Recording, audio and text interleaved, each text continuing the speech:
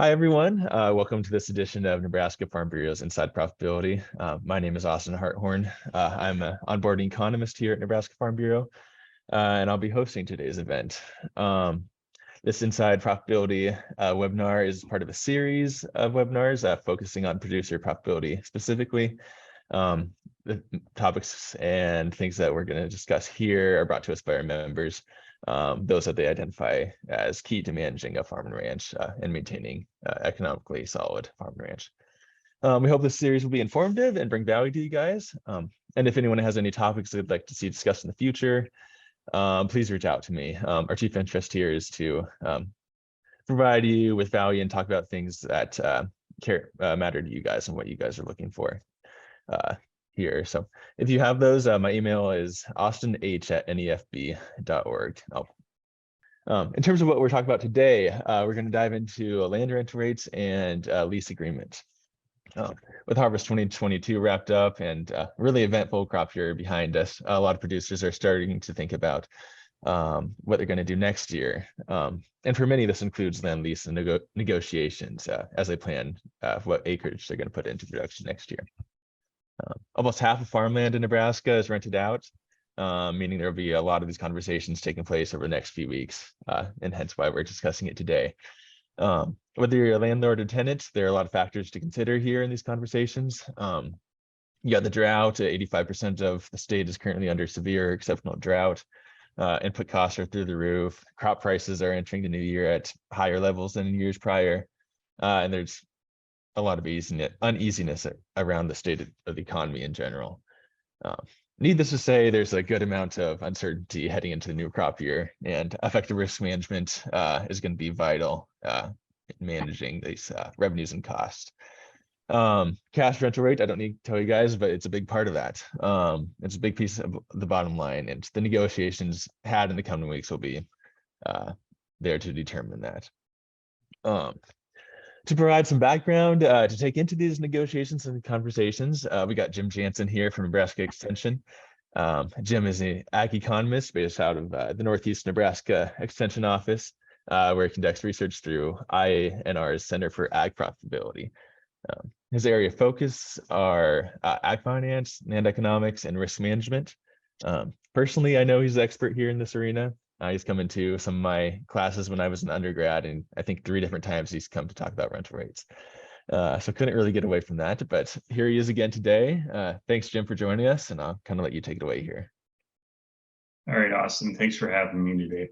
So our intent of our program today is to basically give an overview on what is happening related to land values briefly, and as well as cash rental rates, and providing some examples on if you have some ideas on what you feel the prices of crops may be, you have some rough ideas on where maybe your input expenses are at, or even your crop yields. How do we figure out a cash rental rate? So what we'll do today is we'll kind of start at the state level, work down to more of a regionalized pocket of the state, regardless of where you're at, and eventually down to the county level. And then the last 2 slides on the topic of cash rents will actually work through 2 examples on how we set a cash rental rate. So Jeffrey Stokes is our professor in ag finance here at the University of Nebraska, and each year we co-author the annual survey and report that follows it. A little background on our survey. Our survey has been done since 1978, started by Drs. Ron Hansen and Bruce Johnson. With their survey and what we've continued to do through today, we survey people that work in the land industry, people either that work one-on-one with land transactions, or people that have firsthand knowledge, someone such as an ag banker, someone that works with producers to establish lines of credit or other types of lending policies that would have knowledge on land transactions. With this information, typically in the mid-March, try the 2nd to 3rd week of March in that time frame, we publish what is called the preliminary results. And they give a snapshot on current cash rental rates as well as land values. And then the final report is published in late June. The final report has a much greater detail on things related to what % of land in Nebraska is sold via a contract for deed or a cash sale or a mortgage. All the information on farm real estate for the state of Nebraska can be found at the Center for Ag Profitability website, in addition to things like crop budgets, some of the webinars we put on each week, whatever the topic might be.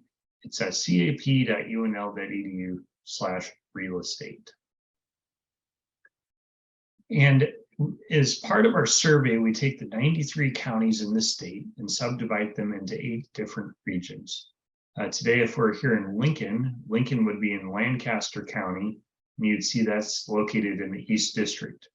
Now, there are certain areas, and the East District might be an example, where Lancaster County juts down somewhat into the Southeast District. So if you're, depending on where your property sits, sometimes maybe if you're right on the county line or near it, maybe you do follow the trends of the Southeast or the East more. But these agricultural statistic districts are also referred to as what people call crop reporting districts. So if you ever heard of that before, that's what we're surveying. We summarize the information based on these regions. And as part of everything that we do, we also summarize statewide land values. And as Austin indicated, there's a lot of things happening in our ag economy right now. Just briefly, if you look at the average value of land here in blue, we see the first time it peaked was about in 2012 in recent history. Then roughly a decade later, it followed again. What else was in common between these two periods? We said, if not record, near record prices for many of the common commodities, corn, soybeans, wheat, whatever you might grow. And with that being said, there's a little bit of a lagged effect, but as time progresses, these two follow each other quite well. Interest rates are also a factor that's going to be impacting land values at some point in the future. Interest rates, long-term borrowing costs, long-term expenses, those have also risen as well. So in 2023, when we asked ourselves where are things headed, you have to be looking at just not the prices, but the expenses. And the expenses, whether the cost of financing long-term debt, expenses associated with raising corn, soybeans, wheat, whatever you might grow, hay. How do all these things play in together? I think the long-term profitability question might be one of the leading factors of where does this blue line end up in the future. One thing I wanted to point out, we always look for different sources of information. The Nebraska Farm Bureau puts out a weekly email on some of these different things. One of the things that landlords may not always be aware of, and as a producer and operator, we need to be cognitive or aware of, we have to be able to ask ourselves, how do we effectively communicate what's happening in the ag industry? And you can't see these lines quite very well, but the orange line is fertilizer prices, the blue line is chemicals, and the gray line is diesel expenses. And we have this chart up here through about the middle of July, but I think you would see that a lot of these expenses, if they're not near this point, they're pretty close to it, especially with fuel expenses. That's on the diesel side, that's been something that's been jumping around as of late. But compared to even where we're at more prior to 2020, we were in a period here where prices were fairly stable over time. It's when we get into these extreme periods when we start seeing these things rise. So how do we express just not the high prices to landlords, but also the high cost of operating to raise the great yields many of the operators do across the state? One thing that was pointed out, and I know there's been a lot of different sources of concern expressed, but the prices of energy, primarily diesel for farm operations, maybe gasoline as well, things related to natural gas and fertilizer and that. But fuel prices, while they've subsided maybe a little bit for gasoline, they're still of a big concern in making sure we have enough of it when we need it. So when we're talking about our management strategies related to land management, whether we own or operate something, have you considered where your costs are at for diesel expenses? Do you have the ability to either have on-farm storage, prepaying, or some other sources of securing that asset if you feel this is a competitive time to price it? Now, obviously things are high, but once again, I think here in the next 6 months, we're going to be dealing with a lot of things going through winter, spring planting. 6 months from now, we'll probably be in the fields, right? So we have to be evaluating some of these different things and looking at it. And the one thing is, the prices of fuel, one of the concerns with some of the conflicts around the world relate to availability, and availability just not from high prices, but also how much is being extracted, depending on the time of the year. That's a little bit of a cyclical process, but 2022 here is much lower than kind of that historic average that we tend to see over time. So that's something we want to be taking a look at, is where are we at with our input expenses? How are we securing them? What type of guarantees are input providers making to us? If you have irrigated cropland, or maybe if you're not quite as concerned about drought, is there some pre-pricing on some of these crops we might be raising? You'll see towards the end of my slide set here, when we talk about prices, the expectation for prices is fairly high compared to what has historically been in the last 10 years. So a lot of things going on, a lot of things we have to navigate. And it's realized to us as an operator to effectively communicate just not, hey, prices might be high, but also the other challenges we're facing. Okay, so the next series of slides here, we're going to be stepping through cash rental rates. And once again, we're going to start at the regional level, step down to the county level. And the last series of slides, we'll work on some farm level examples. Many people are negotiating 2023 cash rents. We have not sent out our 2023 cash rent survey. We wait until mid to late January just so we can get enough responses back. The things that I'm saying is, first you have to take a step back and kind of benchmark where your leases have been. And what I mean by that, some folks have seen a lot of rises in their leases in recent years. If you're someone that's already on the upper end of cash rents, maybe you're not going to see quite the increase that other folks might. Maybe you might see things adjust some way, other aspect of the finances on the ground. But we produce what we call the regional cash estimate for dryland, irrigated, and grazing land on a per acre basis. And in addition to that average, we also have a breakdown of what we call the high grade and the low grade, which can be the high third average, the low third average, and the overall average. And what we see here is we have a breakout here. Let's say, for example, in Lincoln, if you're sitting in Lincoln today watching this recording, what we have here is really the low grade, which is referred to as the low third, the high grade, which is the high third, and the overall average is the average presented here at 235. We don't break it down to the county level, and you'll see in the next slide or two, the USDA does a cash rent survey that does.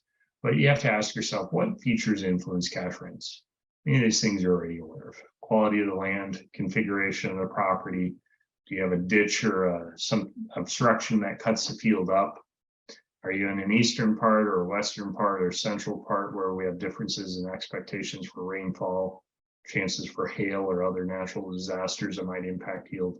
All these things get bid into the cash rental rates and explain some of the differences that we see in the cash rents we have across the state of Nebraska. Another source of cash rental rate information comes from the USDA. The USDA has a division called the National Agricultural Statistics Service, or more commonly, you may have seen the acronym NASS.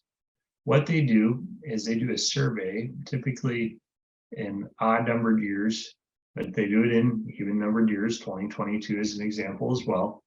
And with their survey, you can go on this website link I have right here, or do a search online, USDA cash rents Nebraska, and you might be able to find it that way as well. But this link that's presented on this slide will take you to that. And with this right here, what you'll see in the next series of slides is they do a cash rental rate survey on dryland cropland, irrigated cropland, and grazing land on a per acre basis. For the dry land, you'll notice a few things here. We tend to see higher cash rents in some of the darker shades of colors, the lighter shades in the greens, not quite as high a cash rents.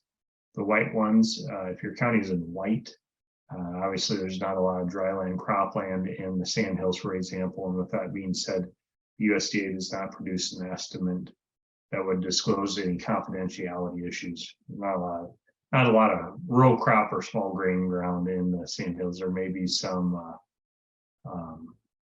things like hay or other irrigated stuff for silage production, for example, that stays on the operation. In addition to the dry land cash rental rates, we also have the irrigated cash rental rates. And with the irrigated cash rents, we also take a look, for example, here with gravity irrigated cropland. I'll challenge you to ask yourself, where are you sitting at? Are you below, above, somewhere in between? And when you negotiate that cash rent, if you have an operator that's dealing with a landlord that's continually pushing that cash rent higher, why are you on that upper side? Do you have exceptional ground? Do you have someone that has higher expectations? I don't know what the prices are going to be doing for corn or soybeans, but can you express the level of volatility that is accompanying some of these higher prices we're having? Those are the type of things that we need to effectively communicate and also talk about, just not the income, but all the expense side of what we're doing. The UNL also produces what we call the center pivot irrigated rate. Center pivot irrigated rates assume that the landowner or the landlord owns the entire irrigation system, pivot, pump, and power unit. If they do not own one of those components, you would adjust that cash rent down to account for the landlord not providing one of those components. Cash rent that we have listed here is just not a return on the land, but also for the improvements related to upkeep or debt servicing or whatever the case might be. One other breakdown, and that's why we see some of these differences here relate to just not the quality of land, but the type, availability of water, consistency. One thing I think we're going to have to navigate here in 2022 on irrigated leases is, do you have a provision in the lease that if the water source, if something was limiting the water source for whatever reason, how do you account for that in your cash rental rate that's being paid? I've heard reports coming out of certain areas in eastern Nebraska, and I would assume the western part as well, that there are some restrictions being put in place on how much appropriation might be available in 2023. If that number is significantly different than what it was in the last 10 years or so, we need to be negotiating that when we get into these extremes of drought or whatever the case might be. On the irrigated rental rates that the USDA produces, once again, you'll see certain counties, an example, some of these counties here in the southeast Nebraska corridor may not have a lot of irrigated acres, and that might be one reason why we don't see any estimates produced in those regions. But also, if you're in some of these counties here where there is irrigation, say, for example, in the central part of the state where there's some flood or gravity irrigation, the rates that the USDA produces assumes that they come up with a weighted average. They don't directly split out the gravity irrigation versus the flood irrigation. They combine the two averages together. So that's why you see some of these. So an example, in Buffalo County, if a third of the county is gravity irrigated or flood irrigated versus 2/3 of center pivot tends to rent for more than what gravity irrigation does. Gravity irrigation tends to rent less than what center pivot does. With that being said, that's why we see some of these numbers. We kind of come up with these weighted averages to reflect some of those indicators or factors. Briefly here on the grazing land cash rents, the University of Nebraska as well as the USDA produce per acre grazing land cash rents in addition to per pair. The breakout that we have here, we see a breakdown here that probably reflects the stocking rate, how many acres it takes to support one cow-calf pair, but it also may reflect the quality of land, water availability, fences, all these factors that influence cash rental rates.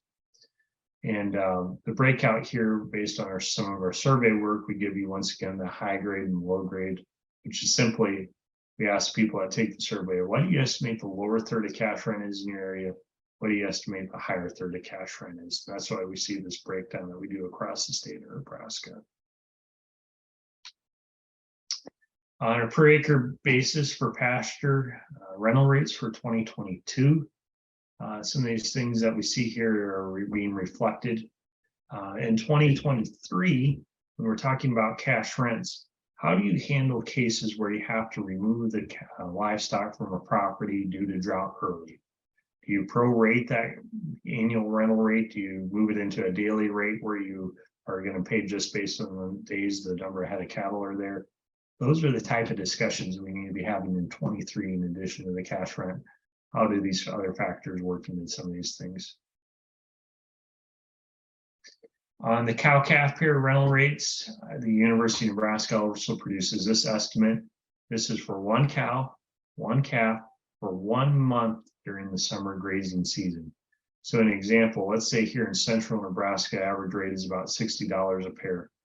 If you take 60 times 5, so traditional summer grazing season is 5 months, 60 times 5 would be about 300 or a little over 300 in this case. If you rent During the non-traditional grazing season, say the fall or winter time or early spring calving, you might adjust these rates to account for some of the differences in the quality of the forage availability, some of these other factors. Now, finally, we stepped through a lot of different things. We briefly went over land values, some of the major forces guiding cash rental rates that are related to expenses, dry land and irrigated cash rents, grazing land cash rents. I still didn't answer the question, how do you set a cash rent for 2023? Well, I'll give you some ideas on how to do this. Now, I don't know what the prices are going to be for inputs or what the prices might be for the crops that you're raising. You as the operator or the landlord in negotiations with each other can negotiate these things. So one principle in setting cash rental rates, we have cash equivalent from crop share. And what is meant by that is if you took a crop share, what's the opportunity value on a crop share? Well, the opportunity value is what do you think you're going to make off that crop share? What do you stand to net from it before property taxes? Remember, you pay property taxes regardless before you set cash rent or you set a crop share. So let's say in this example, you have a field of corn that yields 140 bushels per acre. And in addition to that, you have a landlord getting half the crop, the tenants getting the other half. And with that, I picked 3 periods of time here. Maybe March is when you sign the lease, July is when you kind of reassess things in the middle of the summer, and November when you get to harvest. And just looking at the futures, I picked 3 sets of prices here, but we start off higher and then it gradually steps down, reflecting some of the seasonality in prices or whatever the case might be when it comes to basis. So with that, we have expectations for the landlord share of the income. Yield times price gives us income or revenue. Another thing we have right here is expenses. What I did was the University of Nebraska is working on wrapping up the 2023 crop budget. So I took a 2022 crop budget, found one that aligned with the yield expectation of about 140 bushel. And I pushed all the expenses across the board for seed, fertilizer, and chemicals up 15% year over year. This is a simple assumption that was made. With that, I took that, and the difference between the income minus the expenses is basically what's going to be returned to the landowner, what they stand to make off that lease. And with that, we gained some insight on what should the cash rent be? Well, it depends on the time of the year when you are setting cash rents. What are the expectations? Maybe you have some general ideas this fall on what you think things might be. Maybe you can agree on the fact that we're going to set cash rent based on what the expectations are in March or July or November or whatever the issue might be. One other thing I wanted to point out, if you're in an area where you have hay, maybe a major hay producing area, maybe you have a small parcel of ground that's just some grass. Let's say that parcel of ground typically yields about 2.5 tons an acre. Here's another idea. You're still doing cash equivalent, but not cash equivalent from crop share, but cash equivalent from hay share. So in this case, if the landlord gets 1/3 of the hay, tenant gets 2/3, or if the tenant gets half, or the landlord gets half and the tenant gets half, we have a breakdown here where we can take away the differences between income, landlord share of the income, minus their share of the expenses. Under this case, under the 1/3, 2/3, the landlord's getting 1/3 of the hay, and the tenant might say, I'll buy out your share of your hay, the hay that you have. The cash equivalent is roughly the value of the hay associated with the landlord's share of the hay. And in this example, let's say you're in an area where you threw out about $50 of fertilizer per area because expenses are just running so much higher. Under this case, 1/3, 2/3, this example, landlord does not pay for any of the fertilizer. Under the 50-50 split, the landlord does pay for half of the fertilizer expense. So the landlord's difference between income minus expenses, when applicable, is another idea on how to set cash rent when you're not sure what the yield or the price or whatever the factor might be you're trying to account for. Finally, one thing that we have planned here in December, January and February, and we might even push some meetings out into February and March. We have webinars coming up in December here on cash rental rates, land values, lease arrangements, Another hot topic right now is carbon credits. We have a series of meetings planned. And if you will go to cap.unl.edu/land23, you can actually find the details on where they're going to be located. The only thing we ask is you got to call ahead to let us know if you're coming, especially for these places where we're going to have a lunch. We just got to make sure we have enough to go around. Meetings are free, open to the public. I use a very similar set of slides, but I go into much greater detail over a 1 hour period instead of 20 minutes. And January, we also have some locations scattered across greater eastern Nebraska. And then in February, we'll have one planned for Lincoln at the Lancaster County Extension Office, in addition to the Lyons area. And finally, we do quarterly webinars on different issues related to land values, cash rental rates, lease arrangements. Alan Benalik has joined us in the past for these. And with this, we have one scheduled for February 13th at 12. You're free and welcome to join us. We're going to be taking a look at taking a little bit deeper dive into some of these methods for calculating cash rents. And then Alan Benalik will be going over some of these things we got to be thinking about related to leases. And then finally, you can ask and actually submit some questions for us to review. And if you submit them before the meeting starts, we'll try to make a slide up and talk a little bit more in detail about that.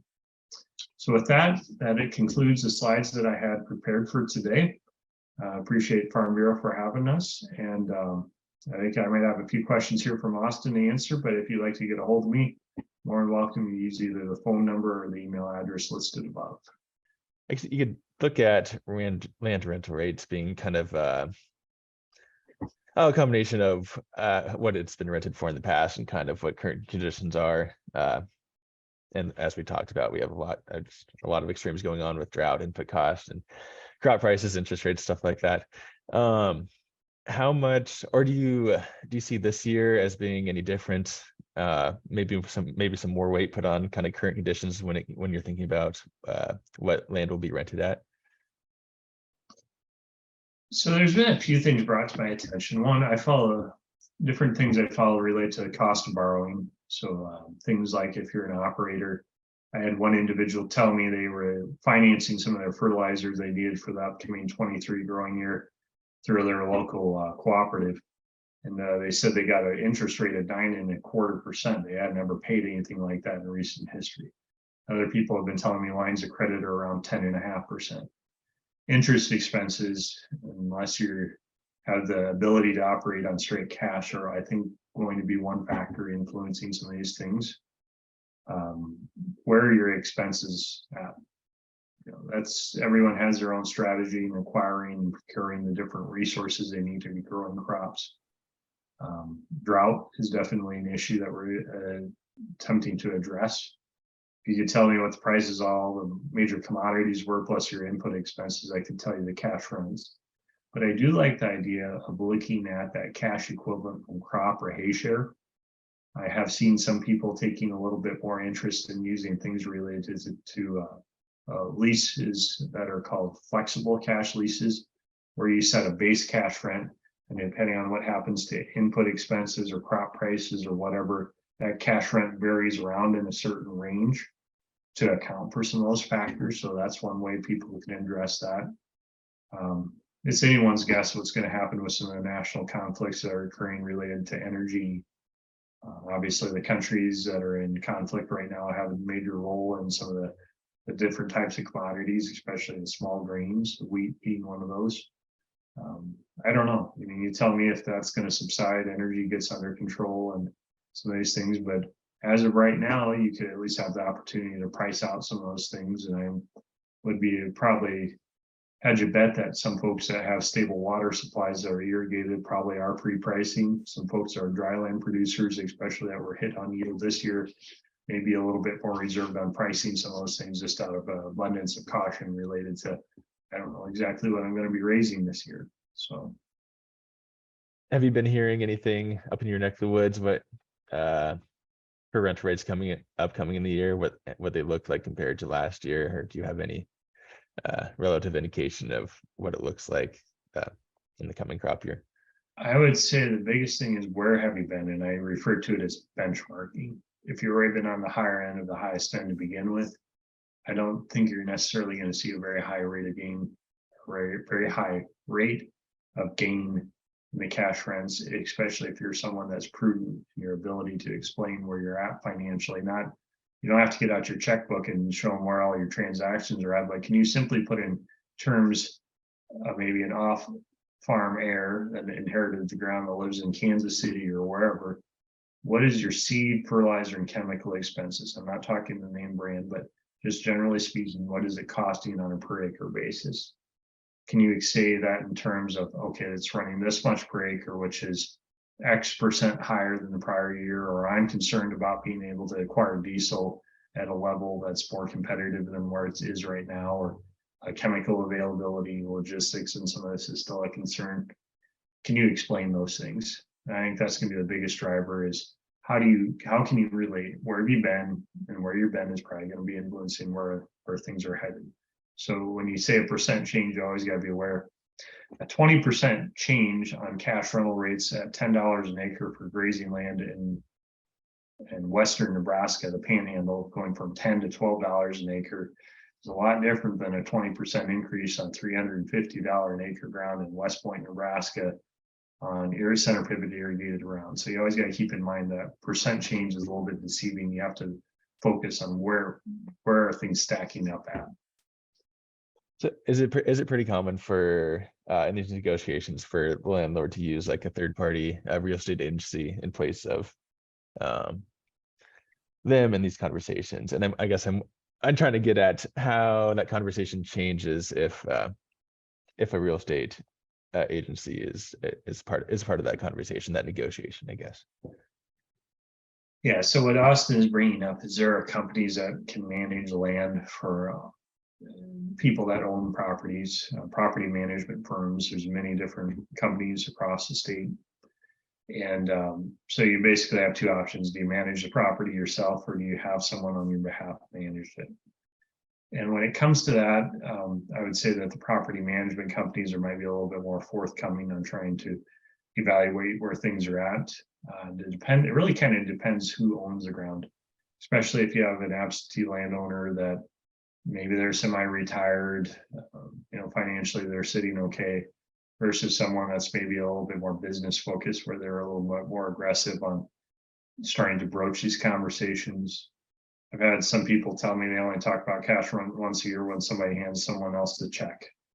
Other people, I've always thought that my call volume should be somewhat cyclical in terms of cash rents, but from what I can tell, one of the major cutoffs on setting cash rents are usually around that March 1 timeline, or maybe March 15th. I'd suggest people at least know where their crop insurance guarantees are at related to their different policies, because crop insurance is the cornerstone of their risk management strategy. But with that being said, it seems like March is a time frame, but the phone calls still trickle in all the way through. I have a call to return after our webinar today. So it really just depends on the time of the year and the motivations of the people involved on how they handle it. Some make it a very formal relationship, somewhat maybe more similar to what a property management company, farm management company might handle, versus it might be somewhat relaxed, depending on who the person is, their personality, and how they want to handle things. Well, Jim, I don't want to take up so much more time, and I guess we're kind of running out of time as it is. So that's all. I guess I'll kind of leave it at that. Thank you so much for taking the time to be with us today. I think it's really informative, and I think our members are definitely more equipped for their lease negotiations coming up in the coming weeks. For those of you who are approaching these conversations, don't be afraid to reach out to, I think, either of us for questions or concerns. Maybe you go to Jim first before you come to me, but I'm sure he's willing to speak to those, and he shared his contact information, so you can reach out to him too. And, yeah. Also, you can reach out to me if you have any topics you'd like to see covered in these webinars in coming weeks. You can reach out to me via email. Again, that's austinh@nefb.org. Really interested at covering here what matters to you guys. So any way you can let us know, yeah, reach out. For those interested in coming back to this webinar or looking at or viewing any of our previous webinars, you can go to the Nebraska Farm Bureau website at www.nefb.org. Other than that, thanks again, Jim. I really appreciate your time here. Thanks for having me.